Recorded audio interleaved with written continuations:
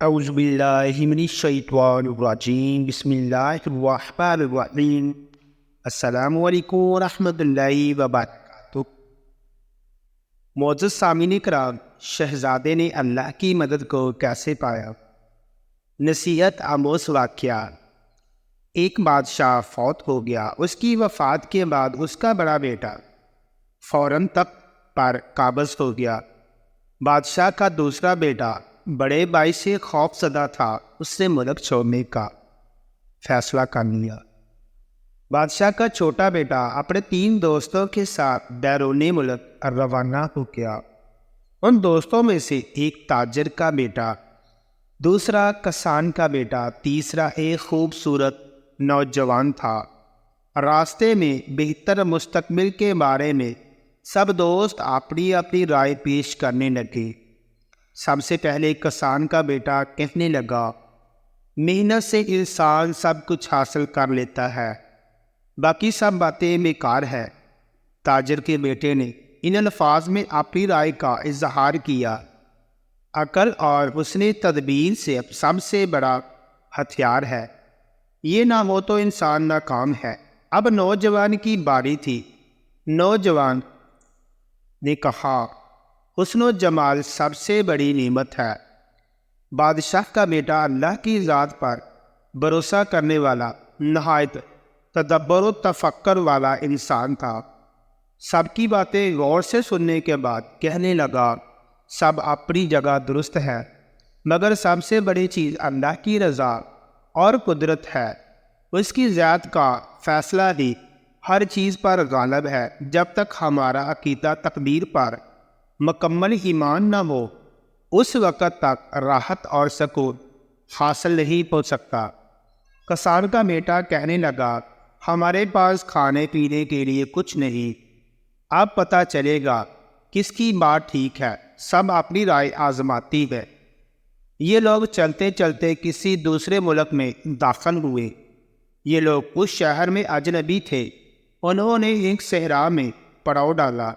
پہلے دن انہوں نے کسان کے بیٹے سے کہا، آج ہم دیکھیں گے محنت سے کیا فائدے حاصل ہوتے ہیں۔ جاؤ اپنی محنت سے آج کے کھانے کا انتظام کرو۔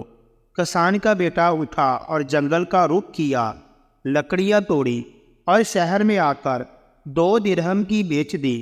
1 درہم کا درہم اپنے پاس محفوظ کر لیا۔ ساتھیوں کے پاس آ کر انہیں بھی کھلایا۔ سب نے اس کو شاباش دی۔ اگلے دن تاجر کے بیٹے کا نمبر تھا کہ وہ عقل اور حسن تدبیر کا مظاہرہ کرے۔ وہ اٹھا اور ساحلی سمندر پر آیا۔ سمندر میں سامان سے لدی کشتی ساحل کی طرف آ رہی تھی۔ تاجر کا بیٹا کشتی میں بیٹھ گیا۔ دوسرے راستے سے چپکے سے لدی کشتی کے مالک کے پاس پہنچا۔ اس سے سامان کا بھاؤ کیا۔ ادھار پر سامان 100 درہم میں خرید لیا۔ جب کشتی ساحل پر پہنچی تو مقامی تاجر انتظار میں تھے۔ تاجر کا بیٹا ان کے پاس آیا۔ سارا سامان 1100 درہم کے عوض بیچ دیا اور 100 درہم سامان کے مالک کو دیے اور باقی جیب میں ڈالے۔ دوستوں کے لیے بہترین کھانا لیا، ان کو خوب سیر کرائی۔ سب نے اس کے حسن تدبیر کی تعریف کی۔ اگلے دن خوبصورت نوجوان کا نمبر تھا، جس کا کہنا تھا، خوبصورتی کے بل بوتے انسان کامیابی حاصل کرتا ہے۔ دوستوں نے کہا، آج ہم دیکھیں گے کہ آپ کا حسن ہم کو کیسے کھانا کھلائے گا۔ وہ اٹھا، میک اپ کیا اور شہر کی طرف روانہ ہوا اور ایک گھر کے باہر درخت کے نیچے بیٹھ گیا۔ اوپر سے ایک خاتون نے کھڑکی سے جھانکا۔ ایک خوبصورت نوجوان پریشان بیٹھا ہے اور سوچ رہا ہے۔ اس نے بلا کر وجہ پوچھی، کھانا کھلایا کہ مسافر ہے؟ پریشانی کی وجہ پوچھی تو اسے دوستوں کا قصہ سنایا۔ خاتون نے نوجوان کو کچھ رقم تھما دی۔ وہ نوجوان سب کے لیے کھانا لے آیا۔ سب نے اس کو بھی سراہا۔ اب بادشاہ کے بیٹے کی باری تھی۔ سب سوچنے لگے کہ کسان کے بیٹے نے بھی محنت کی اور تاجر نے بھی کچھ کیا، نوجوان نے بھی کچھ کر ہی لیا۔ مگر آپ بادشاہ کا بیٹا جو کہتا ہے کہ اللہ کا فیصلہ، رضا اور تقدیر ہر چیز پر غالب ہے، یہ کیا کر کے دکھائے گا؟ اب شہزادہ اللہ کا نام لیتا ہوا شہر میں داخل ہوا اور راستے کے کنارے جا بیٹھا۔ وہاں سے اس ملک کے بادشاہ کا جنازہ لے جایا جا رہا تھا۔ وزراء، فوج، پولیس جنازہ کو کندھا دینے جا رہے تھے۔ شہزادے کو راستے میں بیٹھا دیکھ کر پولیس افسر نے اس کو ڈانٹا، شرم نہیں آتی؟ بادشاہ کا جنازہ جا رہا ہے اور تم اس طرح بیٹھے ہو۔ بادشاہ کو دفنانے کے بعد جب پولیس افسر واپس آئے تو دیکھا شہزادہ آپ بھی وہیں بیٹھا ہے، تو فوراً اس کو گرفتار کر کے جیل میں ڈال دیا۔ اب دوست انتظار کر رہے تھے، واپس نہ آنے کی وجہ سے قیاس آرائیاں کرنے لگے۔ وہ شہزادے کو ڈھونڈنے شہر کی طرف چل پڑے، لیکن شہزادہ جیل میں بند تھا۔ وہ تلاش نہ کر سکے تو اگلے دن پر مؤخر کر دیا۔ ادھر کابینہ کے وزراء مشیر جمع تھے اور نئے بادشاہ کے انتخاب کے لیے غور و فکر کر رہے تھے کہ نیا بادشاہ بادشاہوں کے خاندان سے منتخب کیا جائے، عام آدمی منتخب نہ کیا جائے۔ مگر بادشاہ کا کوئی وارث نہیں تھا۔ سینئر وزیر نے اعلان کروایا کہ تم میں سے کوئی ہے جو بادشاہوں کے خاندان سے تعلق رکھتا ہے، وہ ہاتھ کھڑا کر دے۔ مگر کابینہ میں کوئی ایسا بندہ نہ تھا۔ مگر پولیس افسر کہنے لگا کہ ایک بندہ ہے جس کو میں نے قید کیا ہے، وہ شہزادہ معلوم ہوتا ہے، اس کو حاضر کرنے کا حکم ہوا۔ شہزادے کو کابینہ کے سامنے لایا گیا اور پوچھا آپ کون ہو اور یہاں کس غرض سے آئے ہو؟ شہزادہ بولا میں فلاں ملک کے بادشاہ کا بیٹا ہوں، باپ مر گیا اور بڑا بھائی بادشاہ بن گیا، میں اس سے خوف زدہ تھا، جان کے خوف سے ملک چھوڑ دیا۔ تمام کابینہ نے اس کی بات کو قبول کیا اور اس کی ہاتھ پر بیعت کر لی اور اسے اپنا بادشاہ منتخب کر لیا۔ شہزادے کے منہ سے بے ساختہ نکلا یقیناً اللہ کا فیصلہ تمام تدبیروں پر غالب ہے۔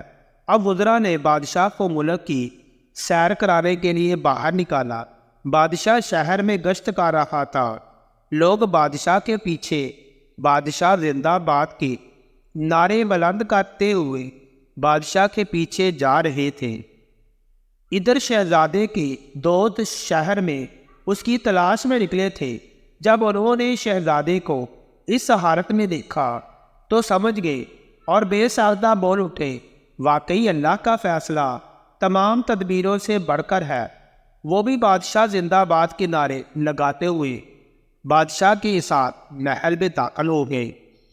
بادشاہ تخت پر بیٹھا، وہ لوگ اس کی خدمت میں حاضر ہوئے۔ بادشاہ نے ان کے سامنے کل کا جملہ دہراتے ہوئے کہا اللہ نے یہ سب کچھ اس لیے کیا تاکہ تمہیں معلوم ہو جائے کہ اللہ کا فیصلہ، رضا، طاقت ہر چیز پر غالب ہے۔ اللہ جو چاہے کر سکتا ہے، جو جیسا گمان کرتا ہے اس کے ساتھ ویسا ہی معاملہ ہوتا ہے۔ بادشاہ نے تاجر کے بیٹے کو مشیر مقرر کر لیا، کسان کے بیٹے کو وزیر زراعت کی عہدے پر مقرر کیا اور جو خوبصورت نوجوان تھا اسے کہا کہ یہ عارضی حسن کسی فائدے کا نہیں، اس کو کچھ مال تحفے میں دے کر رخصت کر دیا۔ جس نے خدا کی ذات پر بھروسہ کیا اللہ نے اس کو ہی ہمیشہ کامیاب کیا ہے۔ آپ نے بھی ہمیشہ بار بار تجربہ مشاہدہ کیا ہوا ہوگا کہ جو مال عقل اس نے کمال پر اعتماد کرتا ہے وہ اس کے باوجود ناکام ہو جاتا ہے۔ عربی کا مقولہ ہے تقدیر تدبیر پر ہنستی ہے۔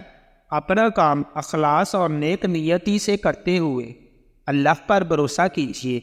اللہ ہم سب کا حامی و ناصر ہو، آمین سب آمین۔ سامعین کرام، امید ہے کہ ہماری آج کی ویڈیو آپ کو اچھی لگی ہوگی۔ اگر ویڈیو پسند آئے تو اس کو لائک اور شیئر کریں۔ مزید اسی طرح کی ویڈیوز دیکھنے کے لیے ہمارے چینل کو سبسکرائب